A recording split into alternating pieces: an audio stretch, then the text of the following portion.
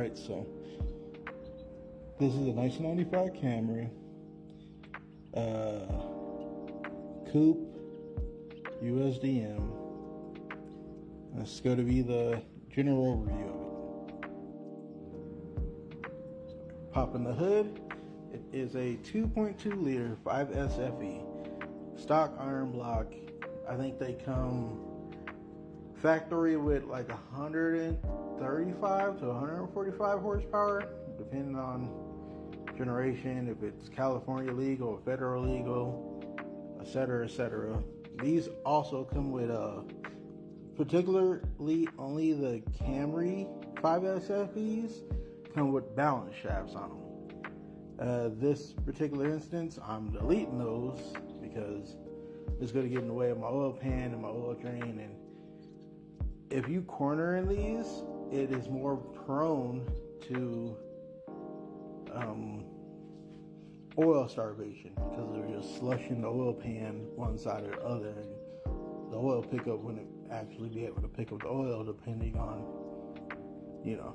the cornering ability. So I do got a baffled oil pan and I'm going to swap onto it.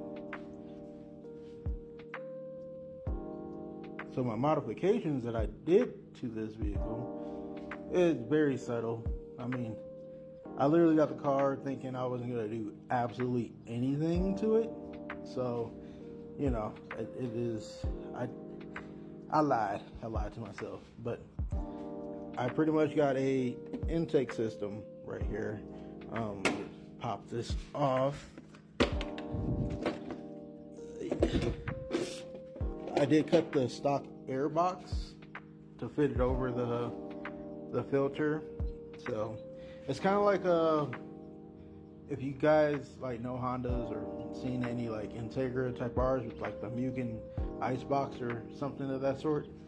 Pretty much same thing, enclosed air box, go into the system, call it good. Got a breather to delete it for going back into the intake system. I do have an oil catch can that goes from my PVC valve to, I believe, the intake manifold. Yeah, back to the intake manifold. And I also have 4-to-1 headers. These are initially made for a 90 Celica with pretty much the same motor setup, another 5 SFE. I did have to cut this flange and do a U-bend, a 45 bend. Got the O2 sensors welded, and it goes from a 2 5-inch downpipe to a 2.5 inch catalytic converter straight through a 2.5 inch straight flowing exhaust. And other than that, that is pretty much it for the modification wise. Suspension and chassis wise, I do have full body coilovers with dampening adjustment. I cannot remember the company that makes them, but they're about $450, $500. Nothing crazy. I got a front tower brace that's adjustable. I do need to tighten it up again because it kind of already worked itself kind of loose per chassis. But I do like it. They discontinued it as well, so kind of sucks. But I heard the S13 front chassis braces do fit on this. I didn't heard. I actually have fitted a S13 chassis brace on one of these. And then down here is a custom, pretty much chassis to engine mount. It less vibrations, more cornerability with it. Nothing wild. I do have a TRD rear sway bar, but I don't feel like getting underneath the vehicle to show it, and plus it's painted because I didn't really like the red. Don't ask why, I just didn't. Next is brakes. I do have a front and rear brake set up. The front brakes are from the front and rear brakes actually are from a first generation Toyota Solara. The rotors are physically bigger than factory that came with this. Same with the caliper. It's literally straight, take off the caliper bracket, rotor, slap it over to this. I did upgrade to ceramic pads. I do have, it's kind of going to be difficult to see, I do have stainless steel brake lines, braided brake lines as well. And on the rear, I have pretty much the same setup. This came with drum brakes, but I converted to this. And brake wise, that's pretty much it. For my wheels, I have OEM Inkies from like Mitsubishi Evolution 8. They fit right on. I did have to run spacers to the rear because it was rubbing on my coilovers. Fronts are perfect, no issue with that. I am running two 1545s on it. I was running like two 35s on it, but it kept rubbing against my fender well. And like if I had like my kids or somebody in the back of the car, it would all like consistently rub on bumps. It doesn't even matter if I stiffen the coilover, soften the coilovers. If I had somebody in the back, it was always rubbing. So I just went with a 215. It does great. Have no issue with it. Now back to the front of the car, I do have a stock bumper on, mesh grill with a OEM TRD insignia on it, clear depot corner lenses, and JDM fog lights. Funnily enough,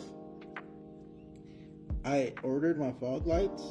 It took like 2 weeks to get here, and they sent the wrong fog lights. Cannot tell you why. They just did. So I just kind of made it work. It looks good. I'm going to make better bracketing for it when I do actually get the time to, because they've been holding up just fine, but I kind of just want to refine it. And I do have a M style front lip, and I believe it's off of, like, it was made for initially a Accord that I fitted on there.